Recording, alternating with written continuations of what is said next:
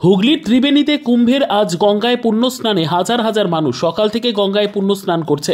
ত্রিবেণী কুম্ভ মেলার চতুর্থ বর্ষে প্রায় 700 বছর আগে হুগলির ত্রিবেণীতে গঙ্গা যমুনা সরস্বতীর সঙ্গমে কুম্ভ বসত বলে জনশ্রুতি। গঙ্গাসাগরে মকর সংক্রান্তি শেষে ফেরার পথে সাধু সন্ন্যাসীরা পায়ে হেঁটে ত্রিবেণী সঙ্গমে মিলিত হতেন মাঘী পূর্ণিমায়।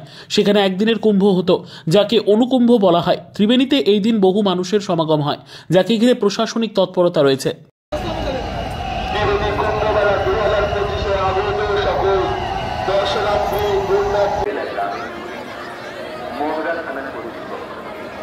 আপনাদের সহযোগিতার জন্য বাঁশবেড়িয়া পৌরসভা 11 ফেব্রুয়ারি মঙ্গলবার থেকে